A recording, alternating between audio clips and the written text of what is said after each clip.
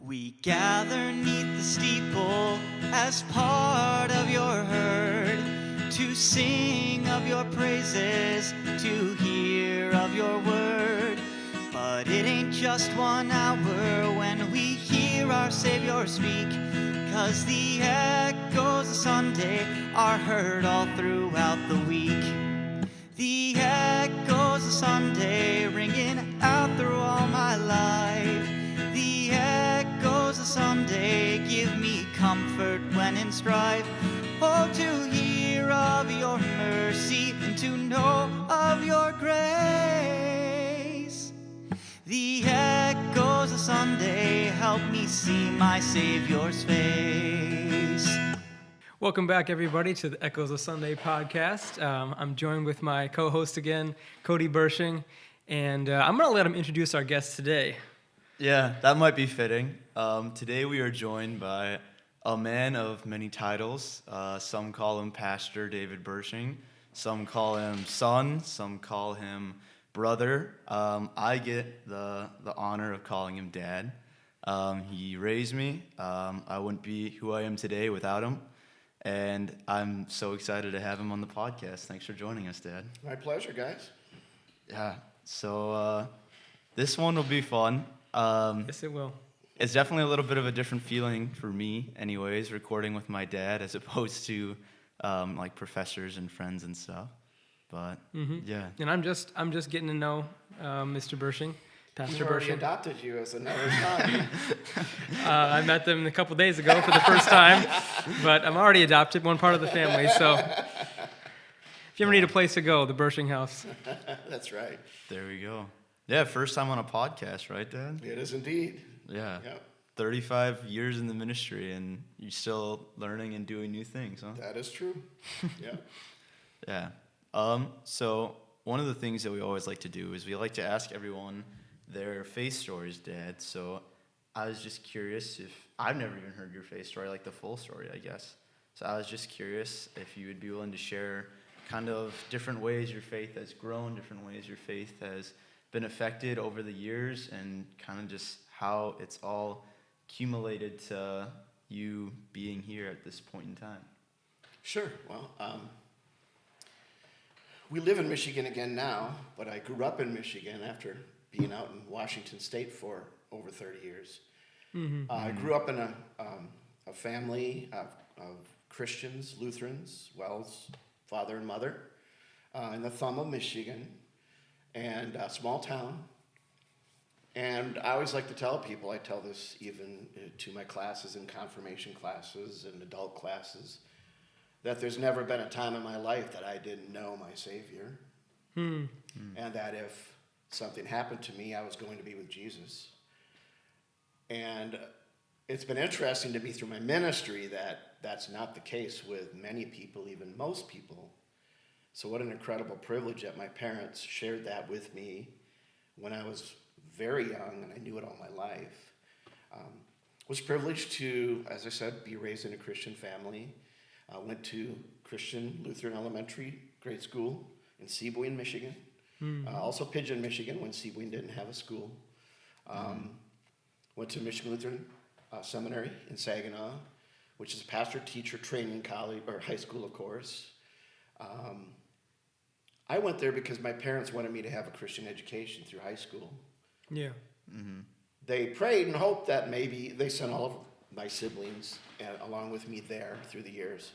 They hoped and prayed that some of us would go into the public ministry, pastors or teachers. But I went there primarily because my parents sent me there. Yeah. Did you want to go there? I didn't not want to go there, but I mean, some of my friends I played baseball with in Seaboyne were going to USA, Unionville Seaboyne Area High School, you know, and Right. yeah, and so I was torn at that point, but made obviously very good friends at Michigan Lutheran Seminary. But it really, I was thankful for the Christian education I had there, but I never anticipated that I would go into the ministry.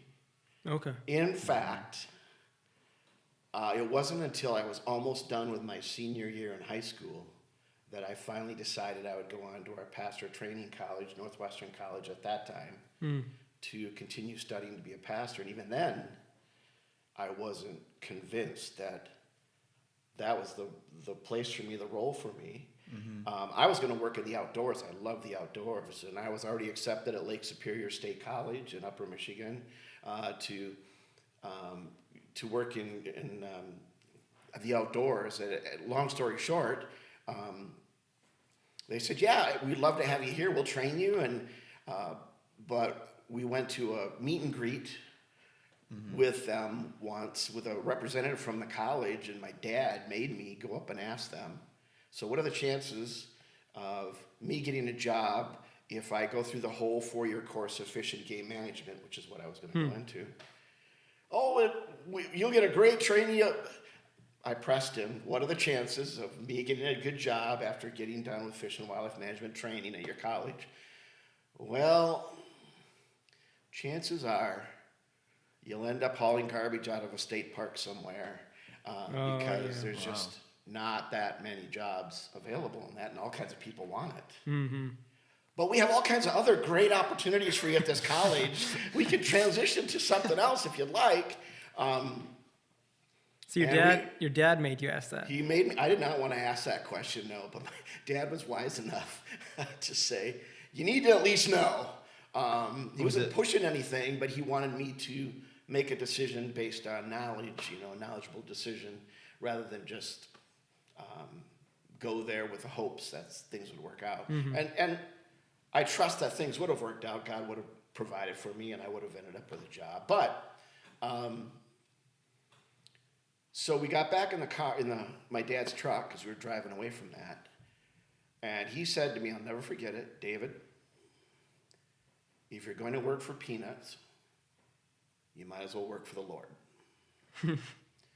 And he didn't mean that in a negative way at all, but he was still a godly Christian man. And his point of view was, I know you won't get paid a lot as a pastor, but boy, you can be working for the Lord.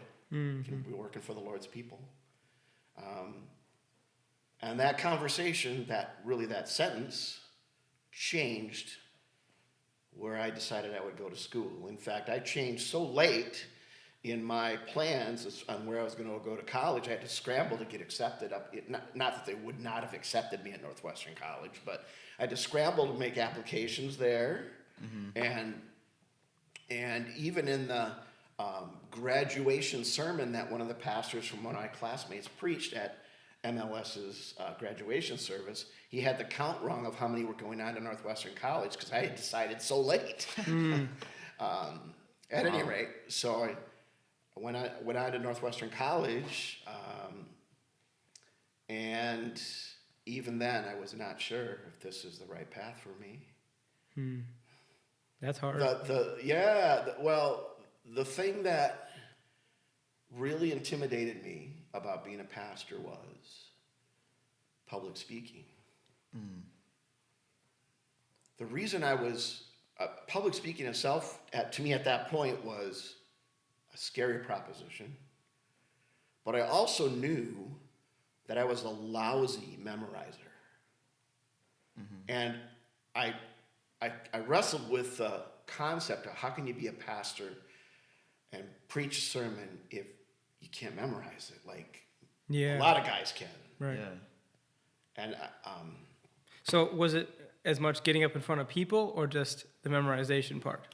both. I think it was both. Okay. The concept of getting up in front of people was kind of intimidating to me and kind of scary to me. I hadn't done a lot of that.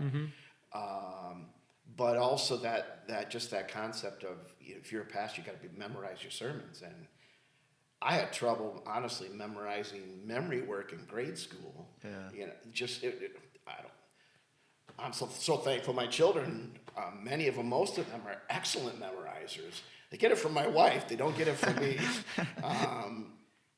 But that was really intimidating. So I went to Northwestern, and I was not sure yet if that was where I was supposed to be and what I was supposed to do. Mm-hmm. The interesting thing is that I just kept going back. And I don't know if that's initially because I didn't know any better. Part of it was because of the friendships I made. I loved the guys that I went to school with. I had really close ties with them, and they were all going on. And so that was kind of a natural thing to go on. But I really wasn't sure that me being a pastor was what I was supposed to do. Did you become like more uncertain as you were going on, or was it just about the same, or more confident? Like, how did it change? Like, the more and more you went back. I don't think I became more uncertain, but I didn't become less uncertain. Okay. Okay. I just wasn't sure. And again, you get in our church body, of course, there's a heavy emphasis on learning the original languages, the Greek and the Hebrew, Right. which I also struggled with. So you got the public speaking issue, the memorization issue, you got the language issue. Am I really supposed to be here? Is this the right fit for me? Yeah. As I look back now, I'm convinced that the Lord had plans for me. I never got a call in my mind, so to speak, from the Lord, David, this is what I want you to do. But the Lord just kept leading me along and kept me there, kept me on the path, kept me in the program. And it's pretty remarkable as I look back at seeing his guiding hand through all that. And I recognize, and I don't mean this in a boastful way at all, it's all God. But recognizing the people that God has used me to touch, to share, to see come to faith in the Lord. I realize now that's what he wanted me to do. Yeah.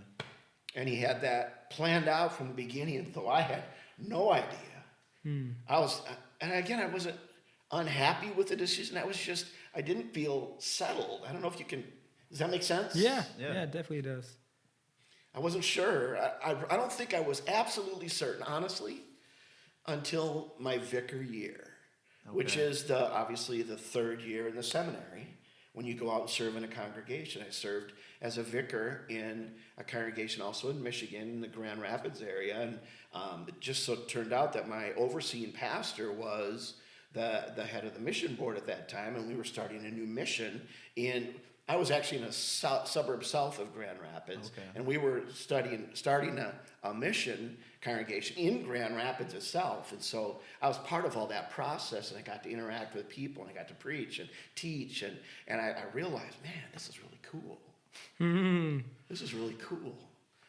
And I got to, and that, as I look back on things, I believe that was when it became clear to me that this is what I was supposed to do.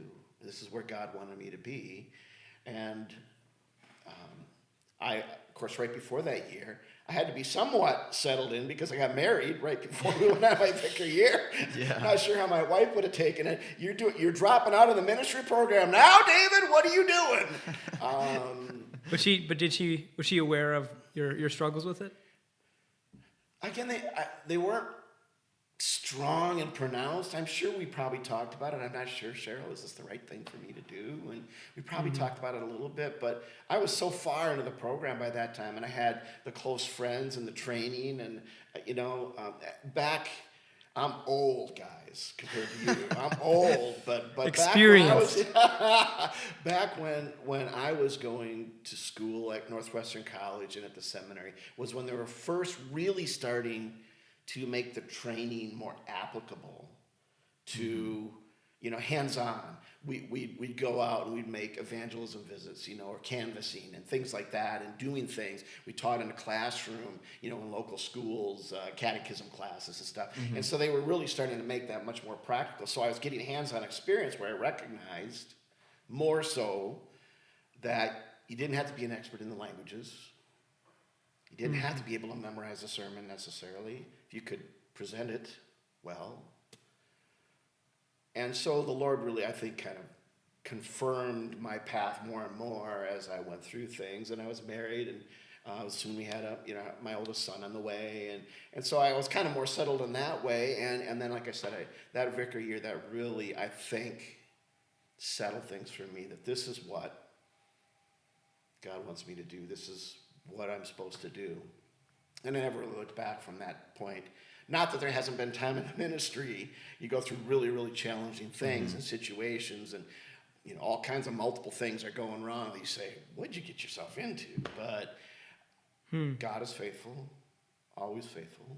He's always brought me through those things, and he's always reminded me that he is with me, and this is his work, not my work. Yeah. Right?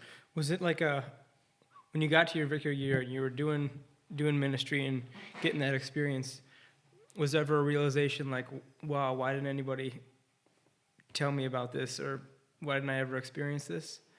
Like, did you wish you had experienced it sooner? Yeah, it would have been more. Yes, I think it would have been very helpful to me, but I don't know how that could have happened. Yeah. I mean, I have many relatives in the ministry, but they were like older cousins, uncles, and my mom's brothers. My dad's brother was also teaching ministry. So I had those influences, but I don't recall having a lot of conversations on the blessings of the ministry. And it's not that they were always talking about the challenges and problems in the ministry. We got together, we were talking about family things. What are you doing? What's going on in your life? That sort of thing. And so I don't know that I don't recall having a lot of those influences, though I know some of the pastors that I ran into as I got older were very encouraging and would talk with me a little bit about that. And that was really helpful to have their input and their encouragement, just to, and even as I look back, it's kind of interesting, but there was a number of times where different people gave me encouragement, unsolicited, that really did encourage me to stay on the path. You needed it. One was the father of one of my childhood friends, who said one time, David, you should consider being a pastor. You got the gifts. Was that before? That was before high school even. Yeah, Okay. Yeah. Wow. He saw That it. young, yeah. Yeah. I don't know what he saw, but but he made that comment, and I was grateful he made it, and I never forgot it. I still haven't forgotten it, and that was encouraging to me. I remember one of the tutors at MLS one time, he'd like to come in and talk with me. I guess I'm a talker, as you've found out the last 10 minutes. But I remember him coming in one time and saying, Birsching, you should be a pastor. People come to your church just to talk to you. Oh, wow. You hear that and you remember it, but it's not something that you dwell on. It's just, so I look back on those things, and I see God's hand, where he just put those little nudges here and there in my life that kind of encouraged me to continue on the path. And now I've been in the ministry over 30 years in Washington State, and almost 3 years here in Michigan, back in Michigan again. So, yeah. I think your story and perspective is so cool. That's one of the reasons why I wanted to have you on, is just because I know being at MLC right now, 3 years in, it can be so easy for anyone at MLC and at the SEM too, I'm sure, to get caught up in the gift counting game, where it's like you're looking at these guys that are extremely gifted in public speaking or memorization or languages is the big one. And you can say, well, I wish I was gifted like them, or if I had all their gifts, I'd be a better pastor. And you can get really down on yourself and cynical and say, I don't think I'll be able to do this as well as this person. But you're 35, 36 years now into the ministry, and you weren't a great memorization guy. You weren't a big language guy, and you still serve faithfully. And I think that's what's cool is, God doesn't call you to be the best language wizard ever, or to be an excellent preacher or memorizer. He calls you to be faithful, and you have the gifts to be faithful in the certain areas, that's just, yeah, it's really cool. I think that it's very applicable for a lot of MLC students because I know guys that are having some of the same questions you had. Yep. Sure.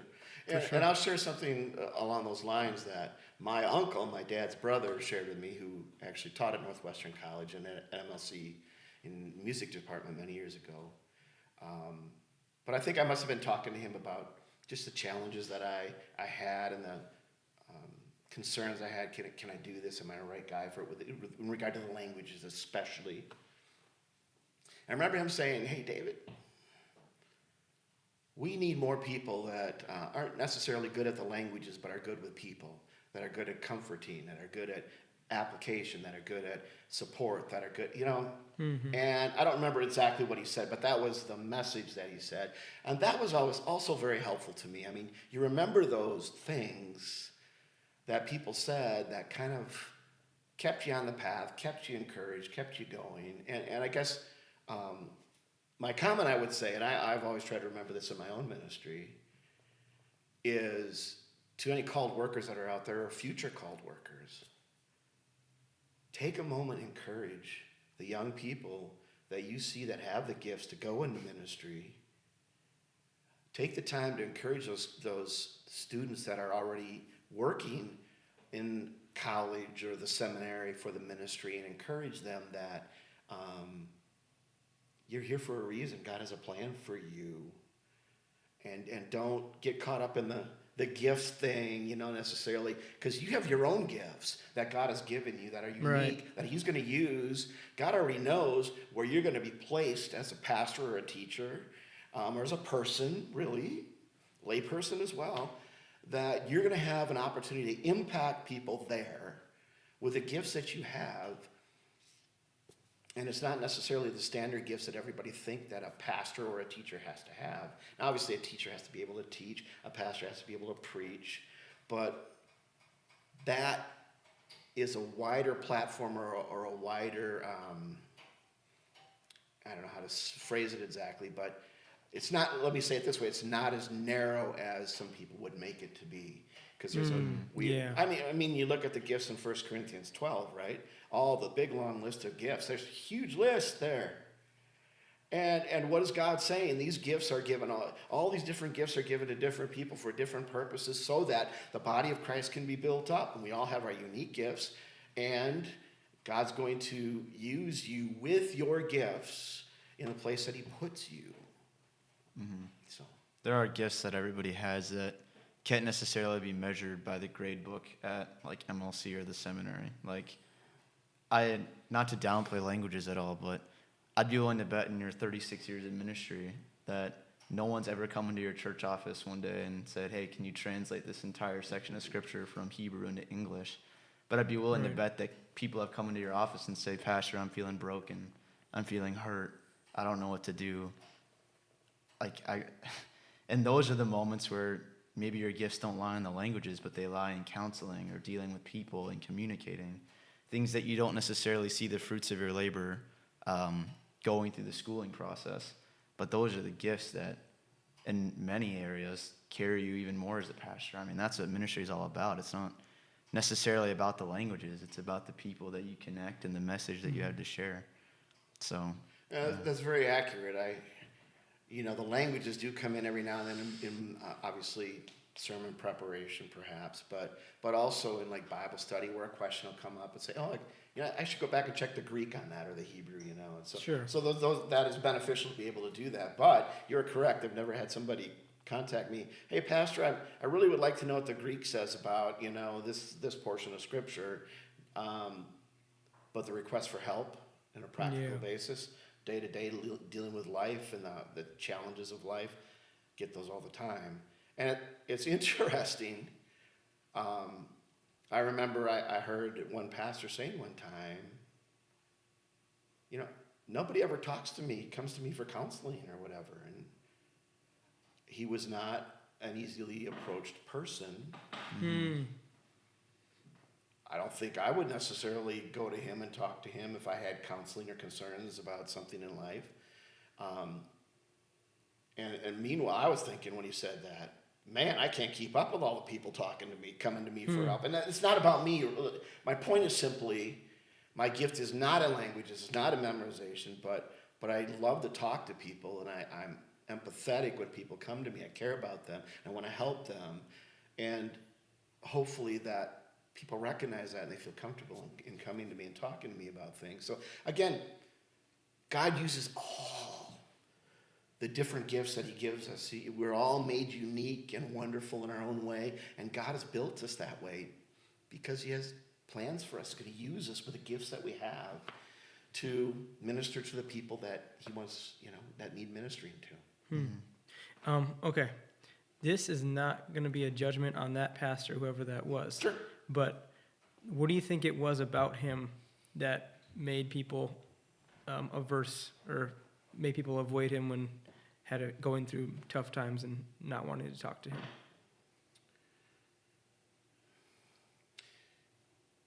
He was a hard person to talk to. He wasn't very approachable. He was could be abrupt, impatient.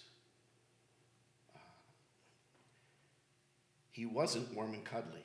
Okay. Yeah. He was I, on the all other business. hand, am very warm and cuddly. I jest. Okay.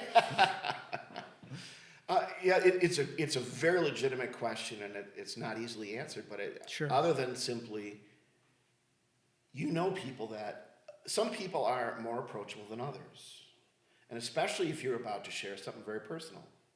Mm-hmm. And he was not a pastor. I don't think that people felt was approachable, especially about things that were very personal. Do you think he had trouble showing his heart? Sure. Okay. Absolutely. Yeah. I think he was actually a very sensitive man, but who had been very hurt, as he kind of grew up and whatnot, and that impacted how he dealt with others. And we're all products of our environment, truly. For sure. The families that we grow up in, the people we know, the experiences we have, and so I certainly do not judge him. And he had gifts I didn't have, or I don't have, and so again, it just kind of goes back to that theme that God gives all of his people unique gifts for the benefit of building up the church and helping God's people. And it's really cool that God uses all those different gifts in so many different ways to build up his church. I think if we all had the same gifts within the church body of Christ, I think we'd be worse for it. It's the variety is so important. And I'd also say too, I'd be willing to bet that there are people, maybe this is more applicable to the MLC audience, there are more people at the Wells College of Ministry who are maybe very gifted with the languages, and then you might be a person that's not gifted with the languages, and you might look at them and wish that you were like them. But I'd be willing to bet that they look at you in ways and are like, I wish I was more like them in this regard.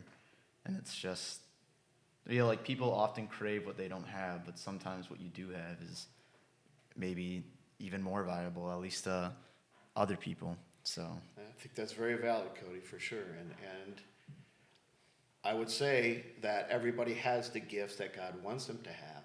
Mm-hmm. Oh, yes. And they are important, whatever they may be.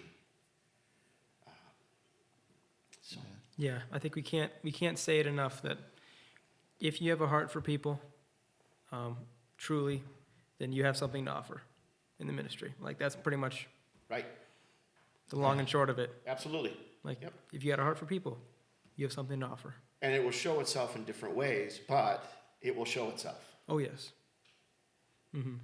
It's like that hymn, like what, hark the voice of Jesus crying, like, who will go and work today? Like you don't need to preach like Paul.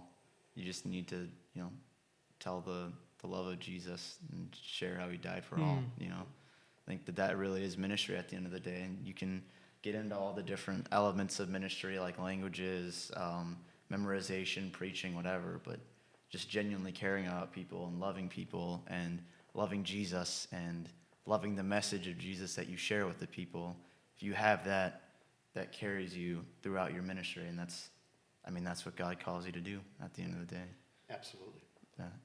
I wanted to ask this, and I think you maybe talked about it a little bit, but I want to maybe dig a little deeper into it, just because I know the audience that we have at Echoes of Sunday, and I know the people at MLC particularly who struggle with languages and struggle with the memorization and the preaching and doubting their gifts. And I'd just be really curious to hear it from your perspective, Dad, as someone who's been in their shoes, and now 36 years later has served God faithfully in several different churches across the country. I'm just curious, what's the best piece of advice or encouragement that you could give for someone doubting their gifts? And I know you talked on it a little bit, but if you have anything else to say there, maybe. I would say try to recognize what your gifts are and exemplify them, focus on them. You know, it's really easy to focus on what you don't have, Oh, yeah. the gifts you don't have, the things you can't do. My encouragement would be look at the gifts you do have, look at the things you can do, and maximize those things. Double down. Double down, because those are the gifts God's given you. Those are the things that come easy to you. God's given them to you for a purpose, and there are going to be people you impact by using those gifts. And just so focus on the strengths that the God-given strengths that you have, and you will be a faithful child of God and a faithful minister or teacher to God by just using those gifts. Yeah. I really like that, Dad. Thank you. Yeah. Thank you for sharing that. I think that is, a lot of that is, people need to hear that at MLC, for sure. For sure. From my experience with talking with some guys, Sure. just a lot of guys are going through the same thing. Am I really cut out for this? Is this the spot I'm supposed to be in? And it's refreshing to hear a perspective that's real and honest. And like, yeah, I didn't know. I didn't know for 6 years of school. Yeah. It's kind of scary. Don't tell my wife, okay?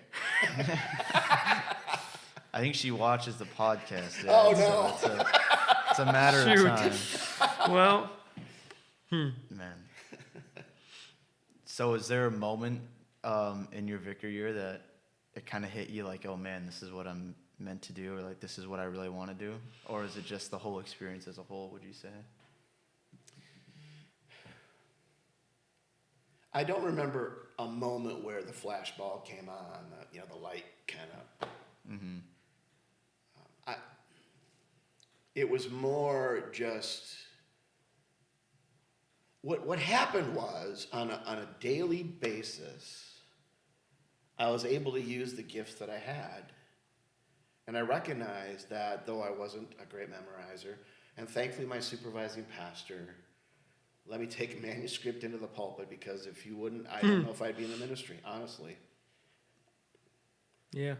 Honestly, but he let me do that because I told him I'm just a lousy memorizer. At any rate, but I used the gifts that I had on a daily basis, and I recognized God is using me to impact these people, that I have something to offer that I didn't realize I had to offer before. Because you're kind of blueprinted, I think. There's kind of the impression given that if you're going to be a pastor, you got to be able to do these things. You have to have these gifts. If you're going to be a teacher, you have to have these gifts. Now, that's true to some degree, of course, right? I mean, the Bible gives us the qualifications for a leader and all. I mean, so that's absolutely true to some degree. But some of the qualifications in the blueprint for being a good pastor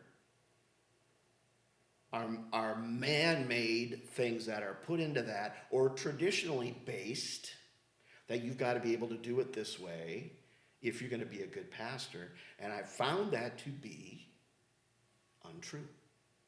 Yeah.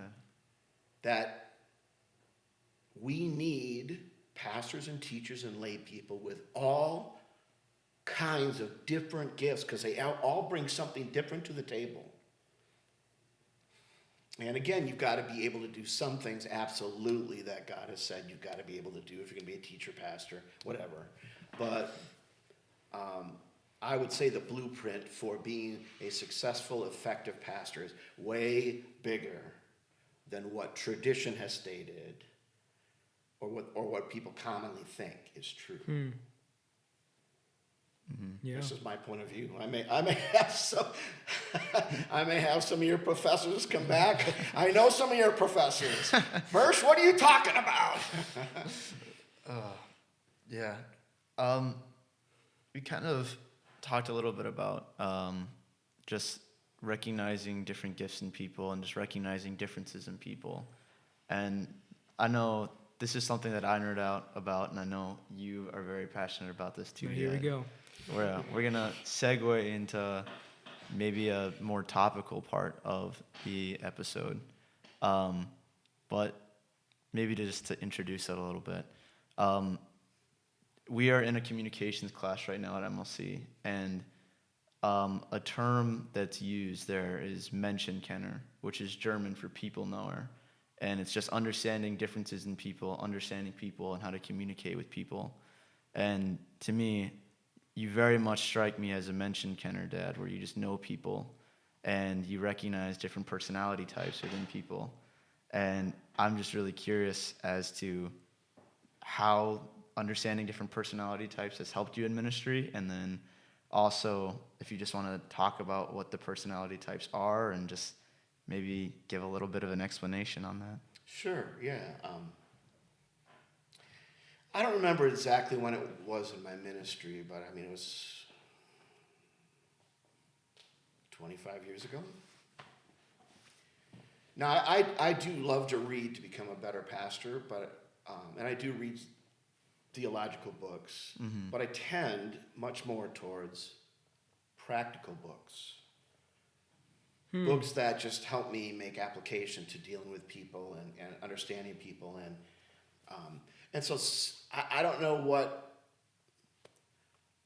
how it happened, but I got my hands on a book that's called, I got to look it up again because it's Personality Plus. Personality Plus, written by Florence Littauer. And I read that book and I was entranced because it gave me insights into myself, into my wife, into my children that I never had before, into my ministry that I never had before. And of all the books I've read, classes I've taken, conferences I've gone to, that book influenced me more than any other single thing, besides the scriptures, of course. That's a given. I hope that's a given. But more than any other book. And it just opened up so many windows of understanding to me. And after I read it and then reread it, I shared it with my wife. She read it. She was fascinated with it. I said, I'm going to put a Bible class together on this because I think a lot of people don't understand it. It could be really helpful to them. So I put together a Bible class on the different personality types or temperaments they're often referred to. And it has been, and I've redone that class. It's what the first Bible class I did here when I got to my new congregations. I served 2 congregations, one in Clare, Michigan, and another one in Harrison, Michigan. It's the first Bible class I did for them. We had like 25 or 30 people that came into that class, and it was so interactive and so fascinating. And and that has been the case every time I've taught that class. It is just very insightful. And it goes way back. Florence Littauer goes, she says it's Hippocrates, 2,400 years ago. He recognized the different personality types or temperaments, like I said, as they're often referred to. And he put names to them. One is choleric, one is melancholy, one is sanguine, and one is phlegmatic. And those names, titles, have generally been accepted and reused and are still active in our vocabulary today. Even you do an online search, you put in any of those words and you'll get a list of typical traits of these individuals that fall into this category. So this isn't necessarily a Christian idea? It is not necessarily a Christian idea, no, not at all. Florence Littauer is a Christian lady, though, who wrote it from a Christian perspective, which is why I was really intrigued by it. I found it very, very helpful. Yeah. And she had many passages throughout the book and whatnot. In my Bible class, I added a bunch more, that sort of thing. So that's why I really appreciated her approach. You can find all kinds of different books on this subject. I mean, I've heard it referred to as by colors, the different personality types or temperaments referred to as different colors. I've actually heard of one where the different temperament types are referred to as types of dog, a type of dog, each one different one. You know, so there's it. But are there always like four? Yes. Four different personality types. Yeah, there are always four, and no matter how you label them, they still summarize the same concepts for each of the different personality types. They can go by many different names, but there's still like their ideas pretty much hold true. Like every single person exemplifies qualities that would fall into like different categories. So yeah. Okay. And as Cody can attest to, my entire family is very familiar with the personality types and temperaments, and it really has helped us in interacting with one another and understanding one another. And we frequently make jokes about, well, you're a phlegmatic or you're a choleric. I mean, that just kind of, so you really become very familiar with the concept. The reason that I found it so fascinating was not only because of the insight it gave me into myself and my wife and my family, but the insights it gave me into the people I worked with in the ministry. That's where it really opened my eyes. And I found it invaluable to understand that, those different personality types. Now, let me stray aside a little bit and say this. Most people are really excited to kind of do this personality survey and study and learn more about themselves, but the only hesitancy I've heard from people, and it comes up fairly frequently, is I don't want to be put into a box. That's fair. It is fair. That's fair. Yeah. Absolutely. I don't want to be categorized that this is what I am. And I understand that, and that's very valid. What I would say is the different personality types as they're summarized is not a solid box. It's more kind of like an outline. It's like a silhouette. This is if you are this personality type, you're going to exhibit some or most of these qualities. Okay? The other thing I want to stress is that rarely is a person just a choleric or just a sanguine. God makes us all unique. You know, Psalm 139, we are beautifully and wonderfully made. God knit us together inside of our mothers. And he built us just the way he wants us to be. It kind of goes in line with everything we were talking about before, right? Well, I'm convinced that God builds into little tiny babies inside their mothers the type of personality type they're going to have. And the reality is that there are no two people in this world that are exactly the same. Not even twins, and I've ministered to a number of different twins in my ministry, and they are often as different as they can possibly be. Different personality types, even though they were born moments apart. Same mother. So that's a really important thing to understand, is that you're not dropped into a box and you're stuck there. You're basically, what it helps you do is understand that if you take the survey, I am mostly inclined towards, for example, melancholy, okay? But you probably will have some higher numbers in like another personality or temperament type as well, which makes every person unique. There's kind of a blending that goes on, and every person really is unique. And I'm high in the melancholy category, but I'm also pretty high in choleric, but I'm also fairly high in sanguine. So, and that is typical as people write the surveys. And I've done hundreds of them with different people, different classes, and they'll show high in one, but they'll also show kind of high in another one or two even. Some people will be kind of straight across the board even. It's pretty fascinating.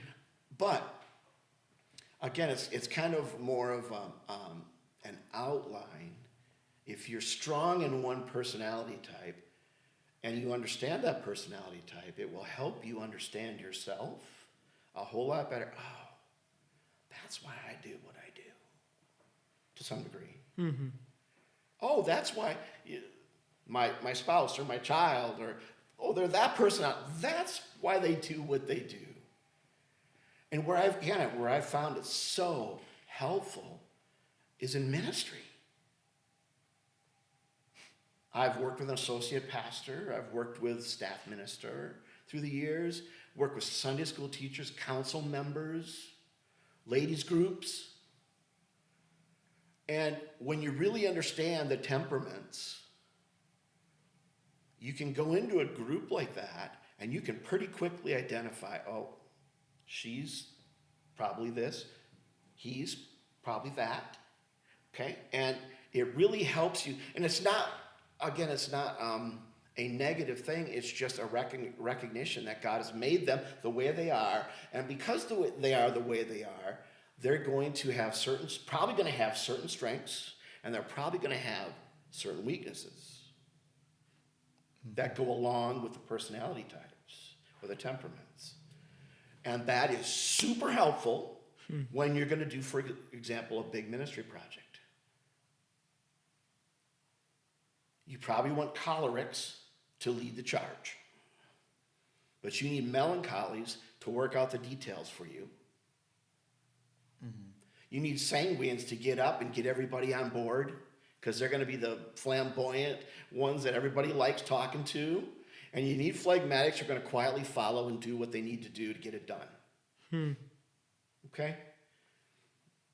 So, I don't know if you have any general questions. I can go into a very brief kind of overview of the different temperaments if you'd like me to do that. But I don't know if you have any questions on what I've said already. I've been talking a lot. Apologize about that.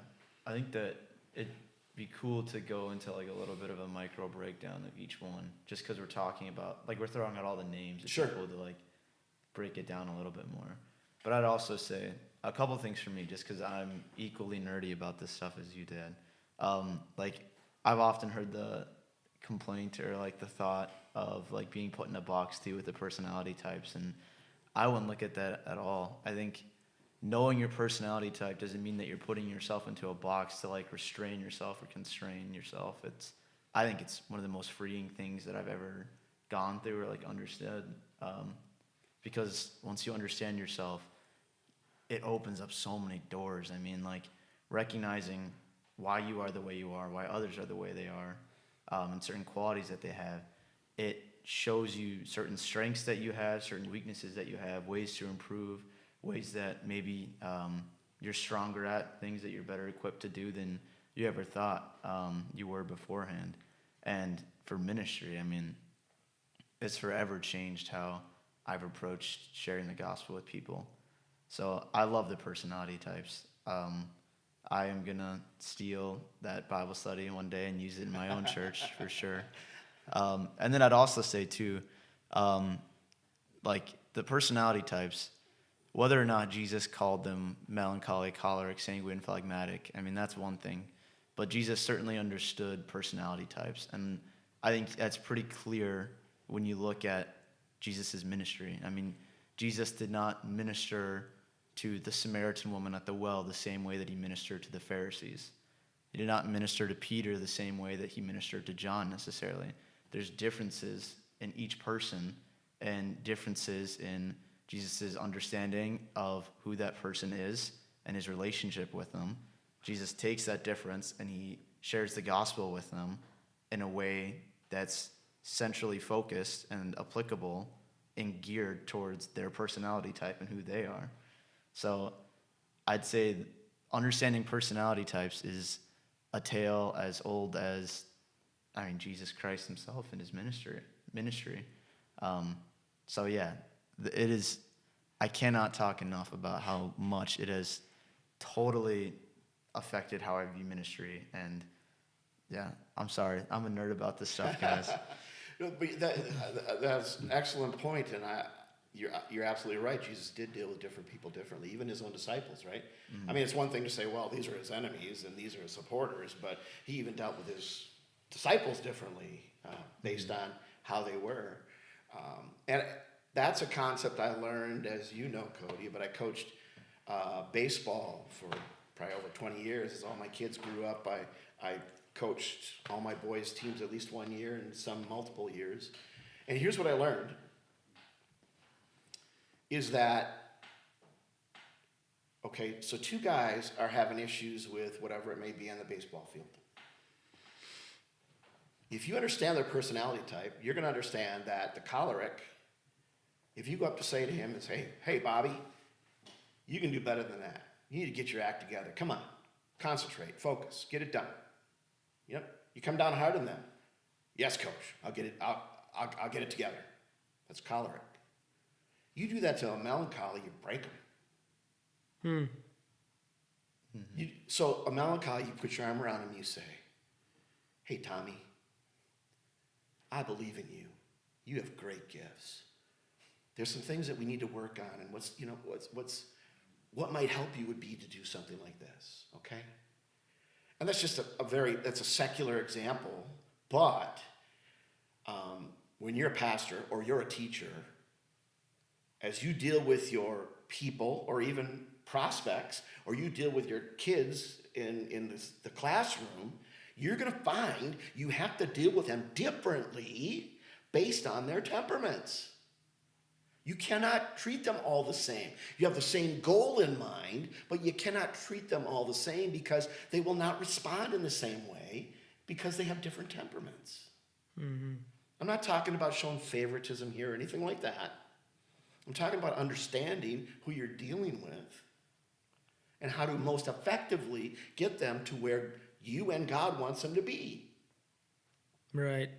Yeah. You could try to bash someone over the head and be like, get it together, get with my program, we're doing it this way. Right. But it's never going to work because they're not the way that you think they are, the way that you want them to be.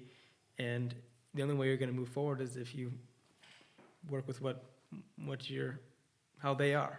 Right. Like their gifts and their exactly strengths. Yes, that's exactly what I'm saying. And to piggyback on something else that Cody said, and what we were talking about earlier, is this. Just like the Bible teaches us that God gives all of us different gifts, okay? And gives every Christian different spiritual gifts. We understand that's true. That's biblical, scriptural, 1 Corinthians 12. I'm convinced that God makes each one of us unique with our personality, temperament, or temperaments so that we have a more effective ministry. You don't want a whole church full of cholerics. They're probably gonna blow the thing up. That's a war zone. Because cholerics love to argue, and my way or the highway. And but an effective church, an effective ministry, an effective school, faculty, whatever it may be, has people of all different types of temperaments, using their God-given gifts that come along with how God has made them, the temperament he's built into them, that will make them, when you work together, they all bring something special to the table. Just like the spiritual gifts that the Holy Spirit gives, just like the secular or physical, mental gifts God gives to us that we talked about earlier. The whole purpose, from God's point of view, he's always looking at everything from a spiritual perspective, right? We as humans don't always look at things that way, but from God's point of view, he's always looking at things from a spiritual perspective, and he does everything he does, and he builds us just the way he builds us and makes us the way we are so that we can be the most effective messengers and ministers to God's people that we can possibly be with the gifts that he has given us, and that also includes the temperaments, in my opinion. For everybody listening, I'm a total newbie to all this. However, I was able to take the test, the personality test, and essentially you just go down a list of strengths, and you, across the row, there's 4 attributes, and you have to put a check by whichever one resonates the most with you, and then there's also the same thing with a list of weaknesses. And I can attest that I think it's pretty accurate. And I did fall heavily into one category, the melancholy category. I'm the what is it? Melancholy phlegmatic were my top 2. And like I knew those things about myself, but it did in a way help me to feel more comfortable in my own skin. Like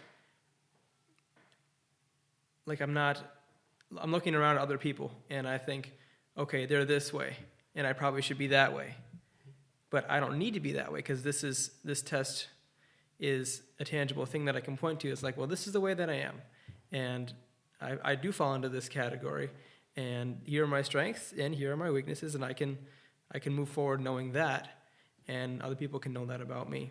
So I guess one thing it did help me to do is just be more comfortable in my own skin, and Thank you for sharing that, Logan. Yeah. I just want to state that I did not force him to take this test. He did not force me. Cody I did. forced him to take that. Yeah. I wanted to take the test. I thought it'd be interesting. Yeah.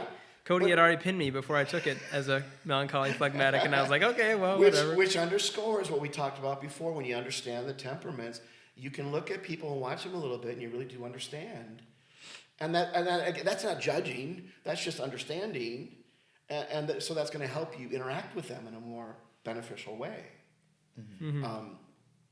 But yeah, and thank you also for sharing that, because that's what I've heard a lot of times too, is that people, after they take the surveys, the personality tests, and they understand what they are, who they are, how God has made them, and this is, I think, equally important, wow, I'm not alone. There's a quarter of the people on this earth that are just like me or similar to me. And that's a very freeing thing to realize. I'm not alone. I'm not, it depends who you're surrounded by. But as we talked about earlier, you can look at the gifts of other people and feel insecure. But when you understand, hey, I'm just the way God made me, and these are my strengths that other people probably don't have, 3/4 of the people probably don't have, that's a very liberating thing and a very beneficial thing. So I appreciate you sharing that. I found that to be true with a lot of people. Yeah. Man, I love this topic so much. I'm a nerd. I think right now we're talking a lot about the different personality types. I feel like if you're someone who's never taken the quiz before, never read the book before, a lot of this is probably going over your head until we talk about like what each personality type is. So I'll turn that over to the expert at the table, Dad. If you just want to give maybe like a brief microscopic overview maybe of each personality type. I know we won't be able to fit every single last detail into it, but it might just be interesting for anybody listening, wondering what personality type they are or what this kind of looks like. I think it'd be beneficial for them, maybe. For sure, yeah. So I'm gonna let you cook, Dad. Whatever you got brewed up for us. All right. So I want to state again that there is no wrong personality type or temperament. There is no poor choice or answer. It's not like, oh, I'm a phlegmatic. Wow. I'm not a choleric. I'm a phlegmatic. There is no poor answer. There's no wrong answer. You are just the way God made you, and you are just the way God wants you to be, and you have unique strengths and gifts based on your temperament, strengths, and temperament or temperaments strengths and weaknesses. So just want to state that right out front. So brief overview of the different temperaments. Cholerics. There's one Cholerics- sitting at this table. There's one sitting at this table. I'm partially choleric, but that probably doesn't surprise anybody when they get to know what a choleric is. Oh, Cody's one. Cholerics are your typical, they're often described as type A personality. They're the go-getters. They are the quick to take charge and get things done. They're uncomfortable at just sitting around. They want to get things done, and these are the strengths I'm talking about now. They are tend to be very active. They tend to have a very good understanding of what needs to be done, steps that need to be taken, and they will put things in place, and they'll gather around them the people they need to make it happen. Okay, they're the movers and shakers of our world, and that's their strength. Mm-hmm. Their weakness is that they tend to make the goal more important than people. And consequently, they're so focused on their goal and achieving that goal that they can come across as insensitive to other people, impatient, whatever it may be, and that can cause issues in relationships. So that's this is just very basic. There's so many layers to this, and it goes really deep, okay? But just to give kind of a basic understanding of it, hopefully is helpful. Melancholies, they are the thinkers, planners. They tend to be more quiet. If you make lists, routinely make lists, you are almost certainly a melancholy. Everybody makes lists, but melancholies, their lives are driven by their lists, okay? And that's not a bad thing, because they're very organized. They think of all the little details that maybe cholerics won't think about, because they're focused on the goal, and so the melancholies are the thinkers, the planners. They tend to have, they're very creative. They like music and art and things like that. Those are gifts that they have that they really appreciate, built into that kind of that melancholy, deep thinking, quiet personality type. Their weaknesses tend to be, because they're very detail oriented, list oriented, whatever it may be. Their weaknesses tend to be that they can focus on the negatives. They can see the bad things in life, and they can get discouraged and even depressed. Yep. It's scary how accurate this is. It is very isn't it? scary, yeah. See? So, and again, in every temperament, there are strengths and there are weaknesses, okay? Mm-hmm. And the weaknesses are, of course, not good things, but there's no bad temperament to be. We're all necessary, and God uses us all to make this world a more interesting place and to make ministry more effective. So, Can I say something too real quick? Sure, Like of on course. how the different personality types can help each other build something beautiful. Like you talked about utilizing the different personality types for ministry. And like I can think about this even with Logan and I. Logan and I do ministry together all the time.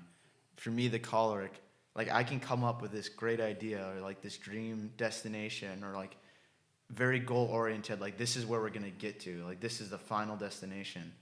But like without Logan's ability to like lay out the steps on how we're gonna get there and like chart make some of that stuff, then it's just a dream. Like it's never actually gonna happen. And Logan may be able to come up with all the ideas, but if he doesn't have the drive of a choleric necessarily, then maybe it never gets done. So when the two personality types kind of come together, you're able to like utilize each other's strengths to achieve something that you wouldn't otherwise be able to. And that's just like the power of understanding personality types and how amazing they are when they're utilized together. So I just wanted to share that because it's maybe very directly applicable to ministry, I guess. absolutely, Cody. Thank you for sharing that. I think that's a great example of what you guys are going to run into in future ministry. It's just, we all need everybody to do the best possible job for the Lord. This also, again, plays out in families, relationships, and all those different things. So, phlegmatic personality. Phlegmatics tend to be the really low-key, easygoing, not easily ruffled sort of a person. Okay? They're the mellow to the choleric's frantic and crazy. Okay? They're just very easygoing, not easily upset. They tend to be very quiet because they don't necessarily want to ruffle feathers, and they definitely don't want to be the center of attention. They would much rather sit in the background.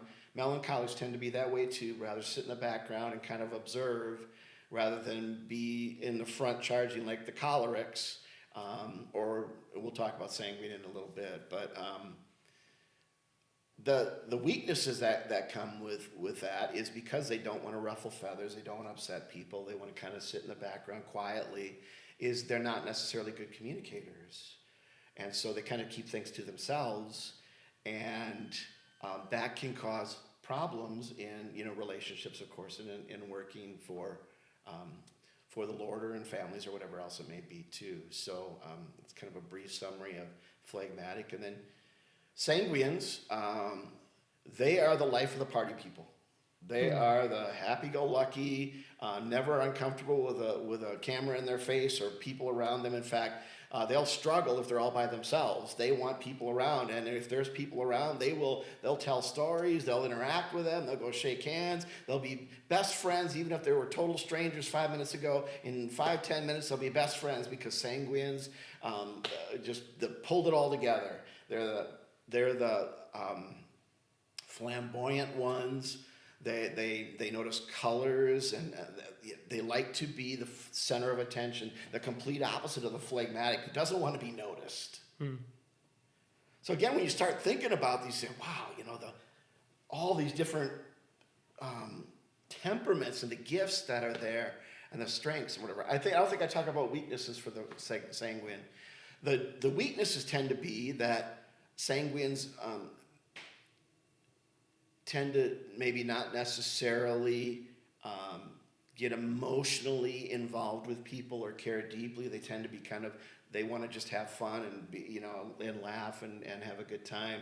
Whereas if you really got to get down to some hard things and deal with hard situations, not saying the sanguines won't do it, but it's not there. They'd prefer to be out entertaining somebody than digging into problems or hard things. Okay. Now again, this is these sound negative as you talk about the weaknesses. It's just the reality. Hey, we're all sinners, right? I mean, we all got our own issues. Yes, sir. That's just the reality of it. Okay. So the cool thing about understanding the temperaments is, and again, it goes way deeper. There's so many more layers to this. I just gave you a very simple summary, but the cool thing is that when you understand this, you can really work on emphasizing, leaning into your strengths. And you can really work on, these are the areas that I naturally struggle with because of the temperament or temperaments type that I am. These are the weaknesses that I have that I really need to work on to make myself a better person, a better Christian, a better servant for God. So that is, kind of a brief summary. Let me read. This is a kind of a Florence Littauer summarizes the different personality types with 3 words, and so let me share those with you because that may cover or clear some things up too. I don't know. So for a sanguine, she lists the extrovert. They're the talkers. They're the optimists. They'll see the good things in life, the bright things in life. Okay. So, sanguine, extrovert, talker, optimist. Melancholy, the introvert, the thinker, the pessimist. Choleric, the extrovert, the doer, the optimist. Phlegmatic, the introvert, the watcher, the pessimist. So what's really interesting when you think about that is you got two personality types that are extroverts, and two personality types that are introverts. And you have two personality types that tend to be optimistic. You have two personality types that tend to be pessimistic. Mm-hmm. And that's really fascinating because they offset one another. And again, that's where all working together makes the perfect team. It really, really does. And a side note to this is, I'll mention it, we can come back to it if you'd like, but is that opposites tend to attract. And I've seen that to be true. It's not always true, but it's usually true. When I do these Bible classes and husbands and wives take these surveys, almost always, and I already know because I understand the temperaments, they're almost always opposites. You got a choleric married to a phlegmatic. You got a sanguine married to a melancholy. And we laugh about it, and they kind of look at that, and they say, wow, that's really cool. And I believe that opposites often attract because, as we talked about earlier, we recognize our weaknesses. Mm-hmm. And so we look at somebody else and say, wow, they got it going on. They're so, they're everything I'm not. Mm. And so they're attracted to that. And I'm convinced that is a big reason why opposites tend to attract and often tend to marry, not always, but often. And I think even that is God's doing because he has two people with very different gifts working together in a family and hopefully for the Lord. Mm-hmm. Mm-hmm. So I've thrown out a lot of information. I don't know if you have any questions on any of this or comments. I'm just this whole time I've been thinking about it a lot in the perspective of like a parent. Mm-hmm. And like I've talked with some parents and like they have to approach raising each of their kids differently because each of them have a different personality. But now I'm thinking about like fathers and how does it work? Because you said they're usually couples are opposites. Mm-hmm. So how does it work if maybe the husband or the father is not predisposed toward a leadership personality type or quality, but yet he's, kind of his job is to be the leader of the family, right. Especially spiritually. Right. Like should there be more? If his wife is more bent that way, should more responsibility be given to her? I don't know. That's a great if I'm asking the question very well, but... No, I understand what you're asking. It's a great question. It really is. And so in the book, Personality Plus, that we've been talking about, she even gets into, and there's even lists, this list that I was looking at has the different personality types as parents. And so it'll talk about the strengths that they would have as a parent. But you were asking kind of more about the marriage and the leadership position, the husband and whatnot. And that is something that as we've gone through these classes and it becomes apparent that the husband, for example, is a phlegmatic would just as soon, be quiet and not seen and not, and the wife tends to be a choleric, We talk about that and we say, every couple ultimately has to come to their own agreement and work through things. And there's no one set way to approach a marriage or raising children or life in general. And the cool thing is that when you often have opposites or different personality types, they accentuate one another and you work out a system that works out for every unique marriage. Mm-hmm. But as we talk about this in regard to leadership and husbands taking the leadership role, that is sometimes a serious conversations that couples have to have, and that, hey, the wife will say, I'm a choleric, I'm going to go and do what needs to be done. And the husband will say, I'm a phlegmatic, I'm going to let you. Right, yeah. But that they can talk about that and say, the husband will perhaps say, I recognize my weaknesses as a phlegmatic.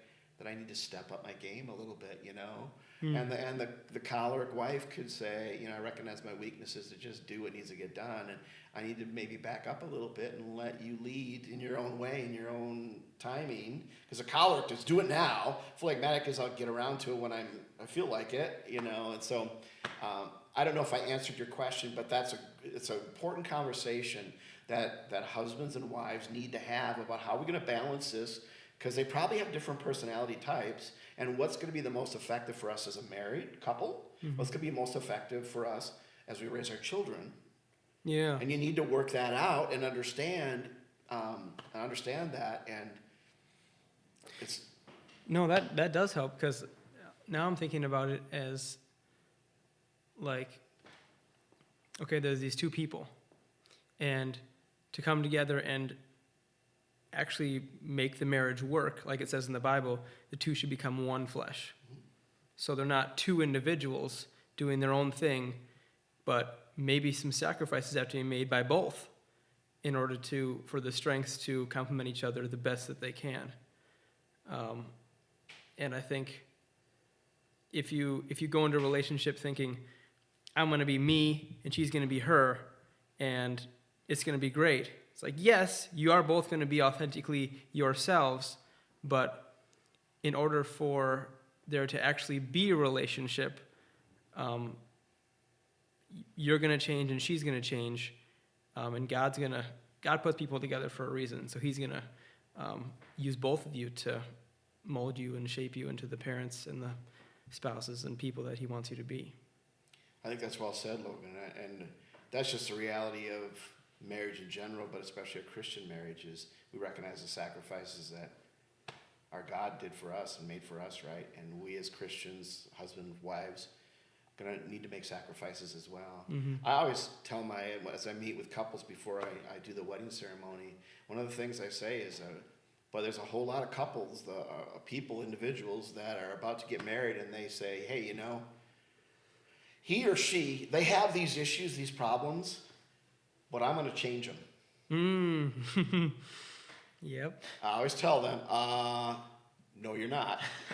What you see is what you get. And probably the areas that they want to change are because they're a different personality type. Yeah. That irritate. I mean, that's Right. the cool thing is that opposites attract and often get married, and they bring unique gifts to the marriage. The unfortunate thing is that because they're opposites, they approach life differently, and the thing that they found attractive initially can become an irritant because they're so different. Mm-hmm. And it goes back to that sacrifice aspect that you're talking about, that you really do as a husband or wife. Marriage is full of sacrifices, and you absolutely, your entire marriage is going to be one of sacrifice. The awesome thing is, I believe that when you understand what personality type or types you are, and what personality type or types your spouse is, that you just have a better understanding of who they are and how they're probably going to approach life and go about things. And that makes it easier. If you both understand that, you can have some very informed discussions on strengths and weaknesses, and how are we going to approach this, and what is helpful to fulfill me, and what's helpful to fulfill you, what makes us most effective in the things that we need to do. So I think that's a great insight, Logan, and I think that's absolutely true. This is why I love this conversation and this topic. It's fun, yeah. It's so cool. I think also where my mind goes to is when you understand the personality types, it gives you like a track to follow to maybe get to like the root cause of some of that stuff. Where it's like if one person in a marriage is frustrated by their spouse for how he or she's looking at things, or what they are doing or what they're not doing, like if you don't understand the personality types, they're like, I don't understand why you can't just see this my way or do this my way. But it's like when you understand personality types, it's like they aren't doing this my way because they're uniquely made in this way. And then that avoids a lot of the conflict, I think, and just maybe frustrations of why are you doing this? Like, why are you like this? And then you can trace it back to the root cause, and you're like this because of this. How can we go about this together to still get this done? And it's orchestrated and set up in a way more controlled environment and manner in which to go about dealing with conflict and problems within marriage.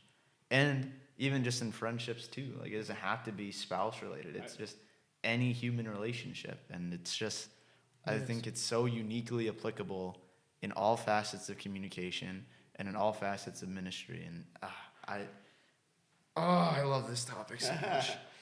Well, and I'll say it again. Of all the things that I've learned, I've found this topic to be the most influential and ministry-changing aspect of anything that I've learned is just understanding the personality types.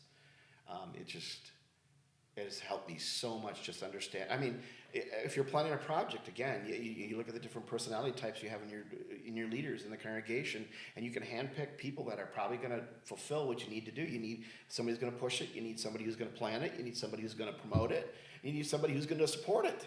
Mm-hmm. You know? And so that's crucial and super helpful. Now, a side note is this. As I told you, I love to study things that just help me understand people and make me a more effective minister. Initially, I just started out with this personality temperaments Bible study, but I actually expanded it through the years and made it, I called it Windows into Relationships, the whole Bible class. And we spent most of our time on this, but we also look at gender differences, men and women, and some of the God-given differences in how men and women are made. And that also impacts relationships and impacts ministry as well. And obviously, just like the temperaments, there's no bad gender, there's no less important gender. Right. Whether you're male or female, you are dearly loved by God and super important for ministry, okay? But the reality is, generally speaking, there's always exceptions, but generally speaking, men and women approach things totally differently. We just think differently, we process things differently, everything. So that impacts things as well. And another thing that's pretty fascinating Love is... languages, right? What's that? Love languages? Is that Love where you're languages going? is another one. Okay. Absolutely. That's part of that windows of relationships that we always talk about, the different love languages. And we could do a whole other podcast on that if you like. You could. But another one that also can impact people is birth order. Yep, I've heard about that. And so, I mean, that's a little less defined, I think, but there are definitely some characteristics that tend to play out in birth order and what order the children were born and how many years are between siblings and things like that. So Well, I don't mean to simplify this and just say, hey, if you understand the temperaments, you got it made, man. Ministry and life will be easy because you understand. There are so many other factors, not to mention what we talked about before, the environment you grow up in, the experiences you've had in life. Those are going to impact people as well. And so it becomes a very complex thing, but when you do understand some of these basic things like love languages, like temperament types, like gender differences, or the way God made us, essentially is what we're talking about. When you understand more of those things, you, I believe, become a much more effective pastor or teacher or layperson, because you can probably communicate more effectively. You can interact with people more effectively. You have understandings that a lot of people didn't take the time to learn or just haven't had the opportunity to learn. So, at any rate, I'm rambling. I don't mean to do that. Hopefully this is kind of helpful and beneficial as we start to talk about this. Yeah. I'm just going to say something. It took me a while to learn this, to kind of lean into the way I am. But for people that they are trying to do things the way that they think that they should do it, but they find themselves going back to, going back to this certain way of looking at the world or doing things. And that's the way that you enjoy the most, or that makes the most sense to you. Lean into that. You're only hurting yourself if you try to be something that you're not. So if you find yourself going back to whatever, for me it was like making lists. I was like, well, making lists is stupid. and I should not do that. But then I keep finding myself making lists, and for me, it works. So I was like, okay, now I'm going to lean into this. I'm going to intentionally make lists, and I'm going to be thought out with the way I make lists. I'm going to write more, and that has just opened up a whole new part of myself, and I've learned a lot about myself, and that's just been a huge blessing. But it took me a while to learn it. Logan, I think that's very insightful, and thank you for sharing that. I think that's absolutely true. Just God made you unique and wonderful. We're all different. We really are unique. Lean into who God made you to be. Lean into the strengths. Work on the weaknesses. Yeah, excellent. Amen. Yeah. I think that's an excellent way to maybe kind of wrap up that section of the pod. I do maybe want to end that section with this. Again, this is not it's not meant to oversimplify everything. It's not meant to if you understand this, all your problems are just taken away. Yeah. And I understand for people listening, I'm guessing you probably haven't taken the quiz or read the book, so maybe this is still a little bit over your head. I would say you don't have to understand all the different individual names for different personality types and names for love languages and stuff. But just making the effort and acknowledging that people are different, it completely transforms how you share the gospel with people. It transforms how you interact with people, and just having the knowledge and awareness of everybody's uniquely and wonderfully made in their own way. So if I try to present things in this narrow one-track mind that makes sense to me, it might not always make sense or connect well with other people. So there is absolutely, I think, some baseline value in just recognizing that. If nothing else, that's what I hope you guys get out of this section. And then one more thing to follow up on that. If there are people, probably specifically at MLC, that are interested in taking the personality test or reading through the book, or my dad even gave me the sheets to go through a Bible study together too. If there are people that are interested in digging deeper into this and learning more about this, feel free to reach out to Logan or I to comment on the video, whatever, about trying to set something up. I can give you the book. I can give you the sheets to take the test. I can even try and set up a Bible study and do that on some weeknights or something. We'll try and make it happen. Because this book, more than any other book that I've ever read, that my family's ever read, other than the Bible, has completely it's transformed all of our outlooks on things. And I keep saying it, but this is something I'm so passionate about, and I would love to share that with other people as well. So yeah, that was a long-winded summary, but hopefully that maybe put a bow on it to some degree. Yeah, for sure. So, Dad, we always like to kind of end the podcast by asking each guest to give us a little bit of an insight into what their devotional life looks like and things that they found that works for them, maybe even some things that they found that doesn't work for them, and to just kind of share that with us, because we're a Christian growth podcast, and we always are trying to help people find ways that they can grow in their own faith with God. Sure, Yes, excellent. Yeah. Well, the super simple summary, or a super simple thing I do, is I actually have an app on my phone that sends me a verse of the day, and I never fail to look at that verse of the day. And that's not all I do, but that is one thing that I do. I'm sure what you've heard a lot from other people is, in regard to devotional life, you've got to just set aside the time. You just got to schedule the time and do it. Yeah. For me, I like to start my days with it. When you were younger, your kids were off to school, mom was off teaching, and so that would be the time before I started my day. I'd spend a little time with the Lord, and I still do that. That's how I approach things as well right now, is that I start my day with that.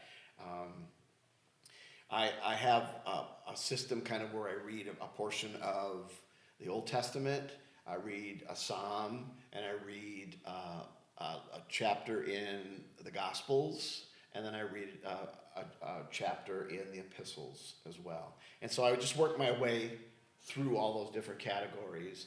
And it probably sounds like a lot, but it's not necessarily a lot of time. I just take the time to do that and just work my way through that. And then when I finish, a section, I just go back and restart it again, and that sort of a thing. And I've just found that to be what works for me. I marvel at this. Maybe others have told you this too. I don't know. I marvel at this, though, how often what my daily reading, how often that comes into my ministry for the day. Where a conversation comes up or something happens, and I was just reading about this morning. And praise God, God is always working, and He's got a bigger plan, and we don't see it all or understand it all. But the longer I've lived and the longer I've been in the ministry, the more clear it is to me that God has a very definite plan. It's not just the big things, when you get married, who you're going to marry, but God has an incredible plan in the very little incidentals in your life that He orchestrates things in the most beautiful, magnificent way. And that's pretty incredible. And it certainly is true in the devotions, whatever, too, is that it's just often the things that you read are the things that God knows you're gonna need to put into ministry or into life for that day. I've also marveled, in fact, I've shared it with many of my children at different times, how even just my app and my verse of the day that comes up for the day, I need to send this to so-and-so, Not only is it helpful to me, but they could use this verse of encouragement right now, so that, but. He sent me 2 verses when we were stranded in Escanaba a couple days ago, actually. I did. Directly applicable. What was it? It was like Joshua 1:9, like, do not be afraid, do not be discouraged. And then there was another one. That was when you were waiting on the news for your car. Yeah. That was the verse of the day for that day. And then I think the second one, like after we got news that the car was fixed, it was like, rejoice in the Lord, something. God will turn your mourning into praise. So He's not lying when he says that those verses often coincide with stuff that happens in the day. That is so true, and you're not the only child I sent verses to, believe me. Yeah. Do you have anything else, Logan? Or No, I don't think so. No. Okay. No. Yeah. So I want to thank you guys for the opportunity. This is the first podcast I've ever been a part of. Thank you. Oh no, it's been kind of fun and interesting, and more so just I love the give and take and chatting with you guys, and hopefully somebody will benefit from this somewhere out there. So I benefited from it. So Yeah. Can I plug my blog? Yeah, you Go for it. Go for it. Almost every week I write a blog called Heading to Heaven. And that's the name of the blog, headingtoheaven, one word, .com. So There you go. We'll put it in the description of this episode. Okay. But if we self-advertise your blog, then that means that you have to advertise our podcast. I'm sure. No, he doesn't have to. I'm kidding. I don't want you to be sitting in the pulpit. Listen to my son's podcast. Echoes of Sunday. Yeah. No. I would probably say listen to Logan's podcast. Thank you. Thank you.